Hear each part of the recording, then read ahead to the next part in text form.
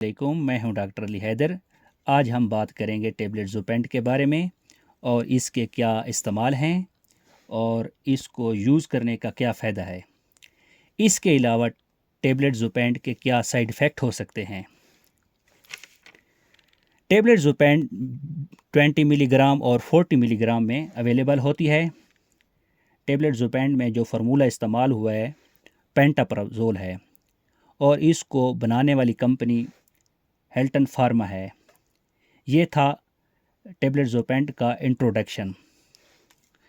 Viewers, अगर आप हमारे यूट्यूब चैनल पर नए हैं तो हमारे चैनल को सब्सक्राइब करें ताकि मेडिसिन के रिलेटेड इन्फॉर्मेशन आप तक पहुंचती रहे। अब हम बात करते हैं टेबलेट ज़ोपेंट के यूजेस के बारे में कि हम कौन सी कंडीशन में टेबलेट ज़ोपेंट को इस्तेमाल कर सकते हैं। टेबलेट ज़ोपेंट को हम पेप्टिक अल्सर में इस्तेमाल कर सकते हैं। मैदे के अंदर ज़ख़म हो, मैदे के अंदर दर्द हो तो हम इस्तेमाल करते हैं। इसी तरह सेम ड्यूडेनल अल्सर में भी इस्तेमाल कर सकते हैं, यानी आपकी आंत के पहले हिस्से में कोई अल्सर या ज़ख़म हो तो आप इस्तेमाल कर सकते हैं। और इसी तरह एसिड रिफ्लेक्स में भी इस्तेमाल कर सकते हैं। इसके अलावा एरोसेव एसोफेगाइटिस में भी इस्तेमाल कर सकते हैं और एच पिलोरी में भी इस्तेमाल करते हैं।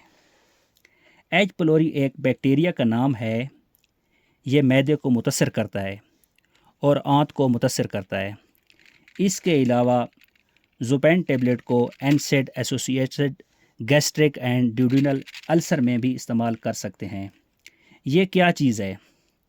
एनसेड एसोसिएटेड अल्सर ये एक ऐसा अल्सर है जो आपको मेडिसिन खाने की वजह से होता है। मतलब कुछ ऐसे मरीज़ होते हैं जो पेन किलर टेबलेट ज़्यादा खाने की वजह से अल्सर बनता है। मतलब non steroidal anti inflammatory drugs का ज़्यादा इस्तेमाल करते हैं, जिसमें आती हैं टेबलेट पोनस्टान, टेबलेट सैनफ्लेक्स, टेबलेट ब्रूफेन। ये सारी वो मेडिसिन हैं जो एनसेड हैं।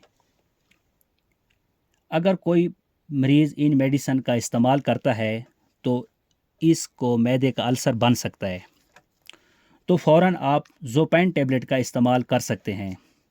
ये हैं इसके यूजेस। अब हम जाते हैं इसके साइड इफ़ेक्ट के बारे में। इसके इस्तेमाल करने से क्या हो सकता है?